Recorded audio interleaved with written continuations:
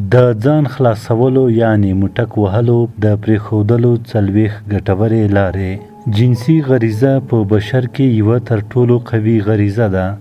زموږ په ټولنه کې د نجونو او هلکانو د جنسي بلوغ له پیل او د واده کولو ترمنځ شاوخوا 10 کاله وخت تېرېږي، یا شاید دغه موده له دې هم زیاته شي. دا چې دغه وخت په کوم ډول او څنګه شرایطو کې تېرېږي په بېلابېلو خلکو کې بېلابېل توپیر لري. ځینې وخت په یو انسان کې جنسي غریزه له خپل کنټرول بهر کېږي او دې ته یې اړ کوي چې په خود ارضایي یعنې ځان خلاصولو باندې لاس پورې کړي، او په ځینو خلکو کې شاید دغه غریزه دومره سخته ونه وسي. خود ارضایي د یوازیتوب ناروغي بلل شوې ده. دغه مطلب روښانوي چې یوازیتوب یوازینی لامل دی چې انسان ځان خلاصولو یا خود ارضایي باندې اخته کوي.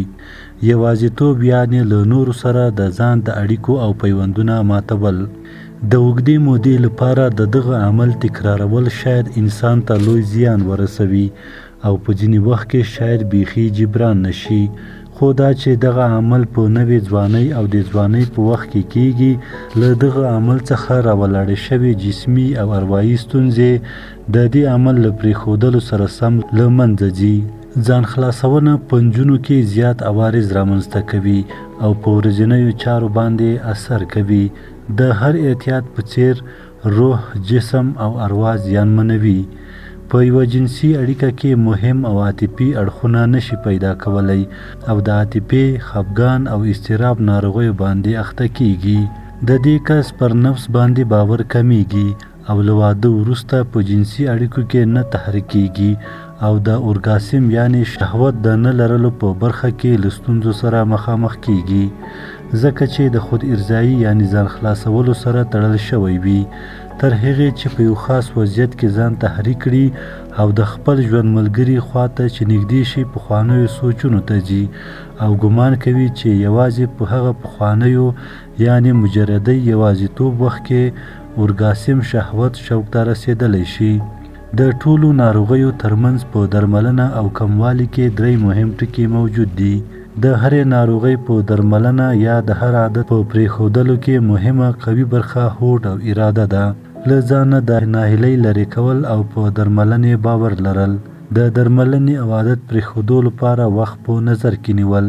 د استمنا یا ځان خلاصولو لومړی ګام پر درملنې باور او د ویرې او ناهیلۍ احساس له منځه وړل دي. مګر سمې پایلې ته رسېدل او هر ډول لاره چاره وخت ته اړتیا لري. د سمې لارې ټاکل او په سمه توګه کارول په دقیقو لارو ولاړه ده. له دې مهمه دا ده چې د دې کس اراده او غوښتنه په دې برخه کې مهم او کلیدي رول لري.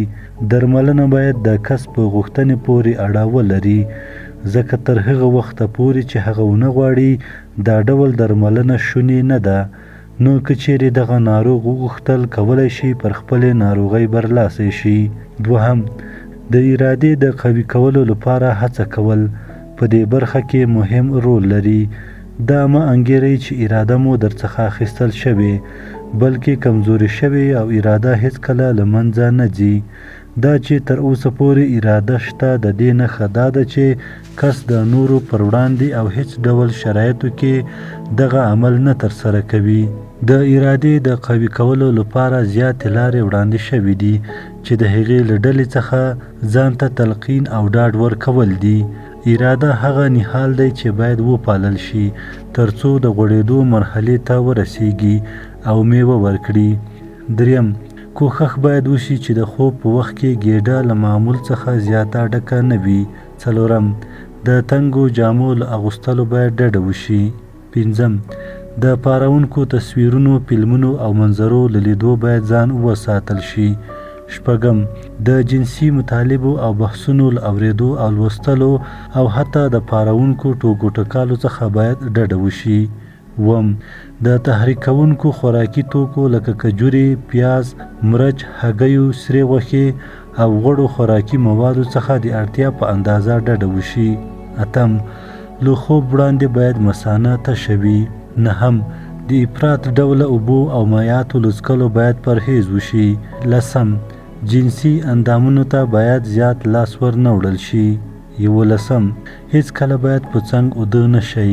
12 د انرژۍ د لرې کولو لپاره باید په منظم ډول ورزش وشي. 13 خپل بیکاره وخت کې باید برنامه ولرئ او هغه وخت په ورزش، عبادت، مطالعه او نورو کړنو ډک کړئ. 14 کوښښ وکړئ چې د خلوت او یوازیتوب په برخه کې ځان ډیر له خلکو مه لرې کوئ. هر کله چې د جنسي افکارو تر برید لاندې راغلی باید یوازیتوب پرېږدئ او ځان په بل کار مصروف کړئ. په دې وخت کې له دوستانو سره خبرې اترې وکړئ او په ټولنیزو پروګرامونو کې ګډون وکړئ. ځان ته ډاډ ورکول دا مرسته کوي چې خپله اراده غښتلې کړئ او ځان ته ووایئ چې مټک وهل پرېږدم. 15 په هغه وخت کې چې د مټک وهلو لپاره تحرک پیدا شي باید خپل فکر په بل لوري بدل کړئ. 14 له بې ځایه فکرونو څخه ځان وساتئ او ځان په ګټورو کړنو لکه مطالعه، ورزش او نورو بوخت وساتئ. 11 یوازیتوب د مټک وهلو لومړنی لامل دی، نو یوازې مه کښینئ. 18 هر کله مو چې بې لارې فکر ذهن ته لار پیدا کړه نو له ځان سره ووایئ چې خدای مې ویني. 19 کله مو چې په دغه ډول عمل فکر کاوه له ځان سره ووایئ چې غواړئ د چا په مقابل کې ګناه وکړئ. 20 هر هغه کار چې تاسو ته د مټک وهلو انګیزه درکوي هغه ژر پرېږدئ. 21 هر هغه صحنه چې تاسو مټک وهلو ته هڅوي هغه صحنه پرېږدئ. 22 پر الله توکل وکړئ. 23 د دې عمل د پرېښودلو لپاره جدي تصمیم ونیسئ. که چیرې مخکې مو د مټک پرېښودلو تصمیم نیولی و مګر بریالي شوي نه وئ نو ستاسو اراده کمزورې وه. په داسې حال کې باید ځان ته ډاډ ورکړئ چې قوي اراده لرئ.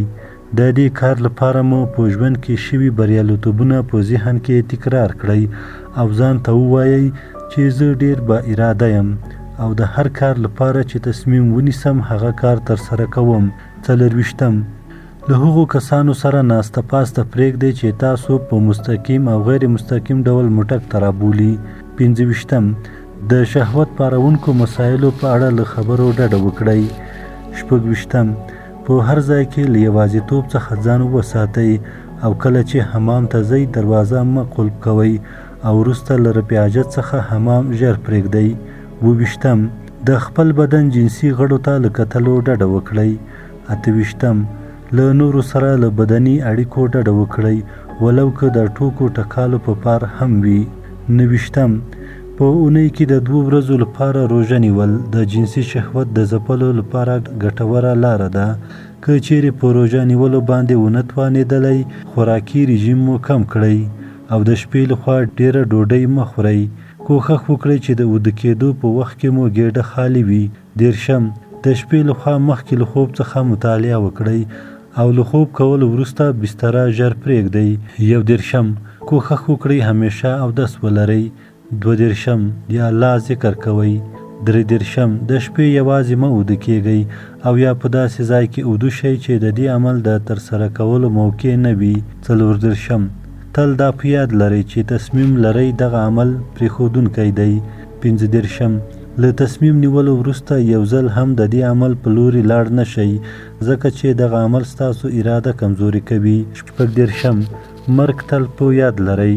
37 وروسته له دې عمل څخه پښیمانتیا په یاد لرئ. 38 دغه احتمال په یاد لرئ چې شاید نور ژوندی پاتې نه شئ نو بغیر له توبې باسلو به الله ته څنګه حاضرېږئ. 39 د دې عمل زیانونه په یاد ولرئ. 40 د یوې شېبې د خوندي ترلاسه کولو لپاره د الله له رحمته ځان مه محروم کوئ.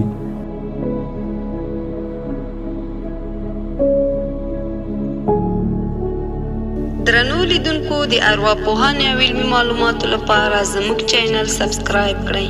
ارواپوهنه او علمي معلوماتو چینل ستاسې په ژوند کې مثبت بدلون راولي.